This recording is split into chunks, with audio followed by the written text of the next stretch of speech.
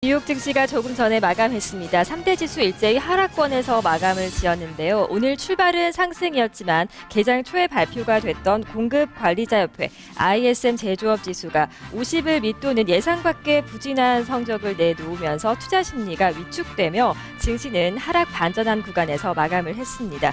하지만 부진한 지표만 있었던 것은 아닙니다. 미국의 전반적인 주택 경기 호조가 이어지고 있는 가운데 10월의 건설 지출이 전달보다 증가했고 11월 미국의 자동차 판매량 또한 우수한 것으로 집계됐습니다. 하지만 결국 지수는 하락으로 마감을 지었는데요. 다우지수부터 확인해 보도록 하겠습니다. 다우지수입니다. 0.46% 하락하면서 12,965선에 마감을 지었습니다. 하루 동안의 움직임을 차트를 통해 살펴본다면 역시 개장 초반에만 잠시 상승권에 머물렀고 이후에 하락 반전하면서 투자 심리가 위축된 흐름이 계속 이어졌습니다. 장중 저점 라인에서 마감했다는 점 차트를 통해 확인이 되고 있습니다. 다우지수가 0.46%의 조정으로 오늘 장을 마감했습니다. 업종별 등락은 어땠는지 이어서 살펴보겠습니다.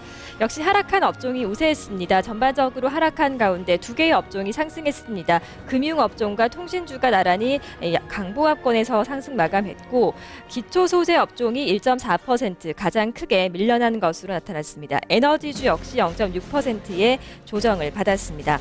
오늘장 가장 크게 하락한 종목은 듀퐁입니다. 1.6%가 넘는 하락을 받았고 반면에 시스코 시스템즈가 0.9%의 상승, 이어서 머크사가 0.5% 이상 상승으로 마감되고 있습니다.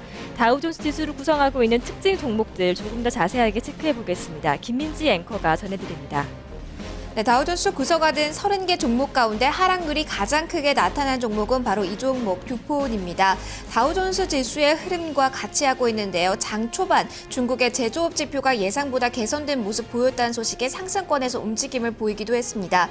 하지만 미국의 지표가 좋지 않았고 유로존의 제조업 지수도 부진한 모습 보이면서 주가 흐름 아래쪽으로만 향했는데요. 2%에 가까운 하락률 기록하면서 이날 거래 마감했습니다. 이어서 나스닥 지수도 흐름 확인해 주시죠. 네, 나스닥 지수의 흐름도 이어서 체크해 보겠습니다. 역시 하락으로 마감을 했습니다. 최종 종가는 0.27%가 하락한 3,002포인트에 마감을 했는데요. 역시 차트를 통해서 조금 더 자세하게 체크해 보도록 하겠습니다. 현재 시각으로 나스닥 지수가 오후 1시 구간에 확실하게 하락으로 돌아섰습니다. 그 이후에 하락권에서 계속 움직이던 지수는 결국은 0.27%의 조정으로 3,002포인트에서 마감을 하는 모습 차트를 통해 확인하고 있습니다. 이어서 S&P 500 지수의 마감 동향도 함께 체크해 보도록 하겠습니다. S&P 500 지수의 최종 마감 종가는 0.47% 하락한 1,409선에 마감을 했습니다. 0.5%대의 조정을 거의 받은 것인데요. 역시 전반적인 흐름은 비슷합니다. 개장 초반에만 상승권에 있었고 이후에는 하락권의 움직임이 이어지면서 장중 저점 부근에서 마감하는 모습입니다. 0.47% 하락한 1,409선에 S&P 500 지수가 마감하면서 3대 지수가 일제히 조정받은 날이었습니다. 앞서 마감한 유럽 증시는 반면에 일제히 상승으로 마감했습니다. 그리스 쪽에서 들려온 호재의 영향을 받았는데요. 그리스 정부가 자국 국채 매입에 100억 유로를 투입하겠다는 소식이 전해지면서 투자 심리가 개선된 모습이었습니다. 하지만 반면에 유로존의 11월 제조 구매 관리자 지수 확정치는 50을 밑도는 다소 부진한 모습이 나타나기도 했지만 투자 심리는 그리스의 호재 쪽에 조금 더 집중되는 모습이었습니다.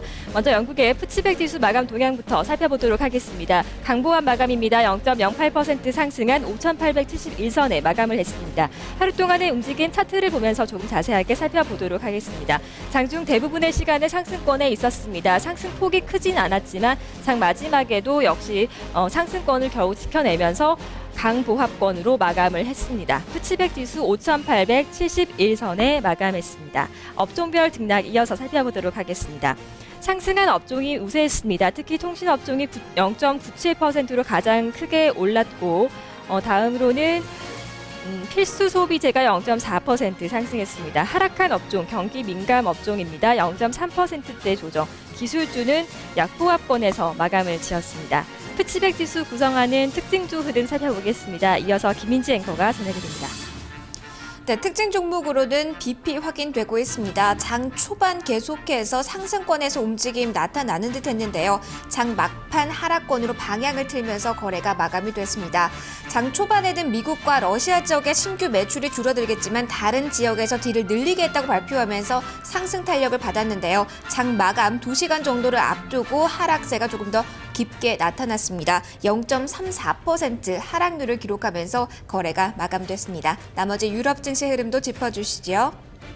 네, 이어서 독일의 닥스 지수 마감 현황으로 넘어가 보도록 하겠습니다. 닥스 지수 역시 상승 마감입니다. 0.4% 오른 7,435선에 마감을 했습니다. 하루 동안의 움직임 차트를 통해 살펴보도록 하겠습니다. 장중 대부분의 시간이 상승권에 있었고 특히 장 중후반의 탄력이 가장 좋았다는 점을 알 수가 있습니다.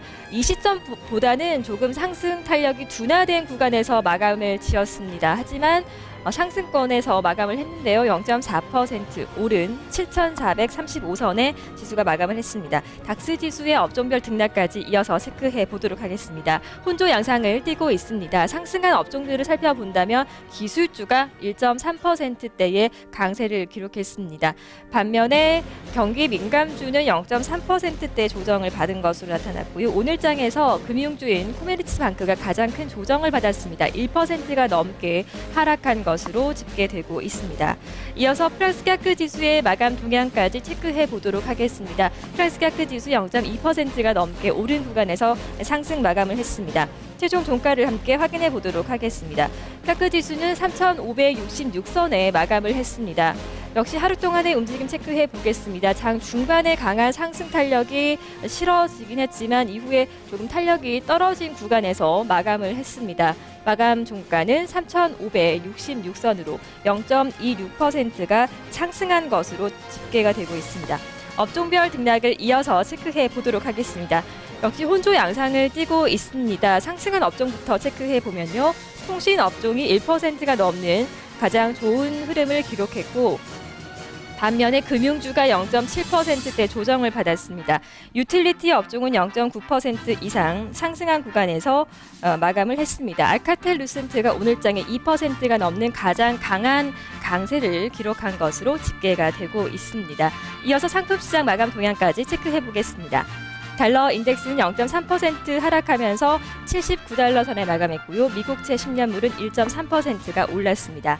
유가 동향 체크해 보도록 하겠습니다. 오늘 WTI와 브렌트유의 방향이 조금 나뉘었습니다. WTI는 0.2% 오른 89달러 9센트에 마감을 했고요. 브렌트유는 0.3% 조정을 받았습니다. 마지막으로 금값 동향 체크해 보도록 하겠습니다. 금값은 0.5% 오른 1,721달러 10센트에 마감했습니다. 글로벌 장마감 동향이었습니다.